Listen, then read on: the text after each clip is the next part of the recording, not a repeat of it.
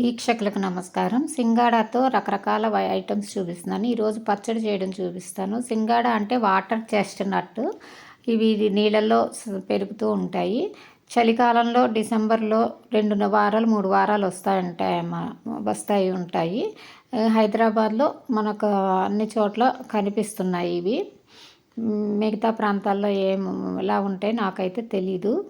మరి ఆన్లైన్లో దొరుకుతున్నాయో లేదో కూడా నేను చూడలేదు. ఈ సింగాడాలను ఉడకేసి చక్కగా మధ్యలో కట్ చేసుకుని ముక్కలకు తగినంత సైజులో మనకు కావాల్సిన సైజులో ముక్కలు కోసుకోవచ్చు. అయితే మేము తెచ్చుకున్న పావు కిలో సింగాడాలు మొత్తం అంతా అయితే వీటితోనే అరడజను వంటకాలు చేయాల్సి వచ్చింది. అందుకని ప్రతి వంటకంలోనూ కొద్ది కొద్దిగానే సింగాడాలు వేసుకుని చూపిస్తున్నాం అన్నమాట.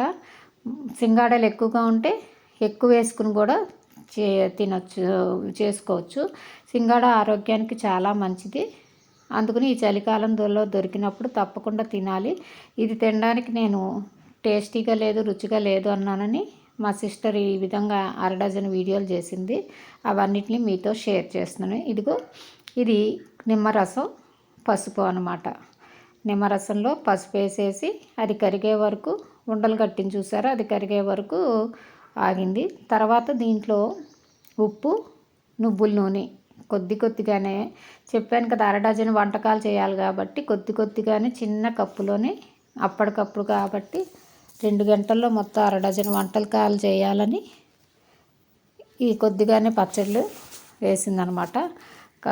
నిమ్మరసము, పసుపు, ఉప్పు, కారం,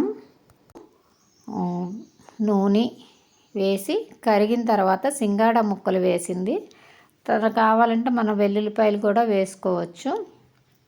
ఇవి అయిపోయినాక కొద్ది నూనెలో ఆవాలు, జీలకర్ర, కరివేపాకు, ఇంగువ వేసి పోపు పెట్టింది. ఇంకా మినప్పప్పు, శనగపప్పు ఇవన్నీ వేయడానికి పచ్చడి కొద్దిగానే ఉంది కదా, ఆవాలు, శనగపప్పు, జీలకర్ర అయితే సరిపోతుంది అని అవి వేసి పోపు పెట్టింది. 1 గంట, అరగంట మిగతా వంటకాలన్నీ వండే లోపల ఇది నానిపోయిందనమాట. టేస్టీగా, రుచిగా చాలా బాగుంది. ఛానల్లో ఇంకా రకరకాల వంటకాలు ఉన్నాయి, తప్పకుండా చూడండి. ఈ వీడియో నచ్చితే తప్పకుండా లైక్ చేయండి, షేర్ చేయండి, ఫాలో అవ్వండి, సబ్స్క్రైబ్ చేసుకోండి. వీలుంటే సింగాడాలు తెచ్చుకుని చక్కగా పచ్చళ్ళు చేసుకుని తినండి, ఆరోగ్యానికి మంచిది. ఈ సలాడ్ ఒకటిను, ఇంకోటేమో మిక్చర్ అవి వేసుకుని చేసామన్నమాట. ఇది సింగాడా పచ్చడి. పుల్లగా, ఉప్పుగా, కారంగా బాగుంది పచ్చడి.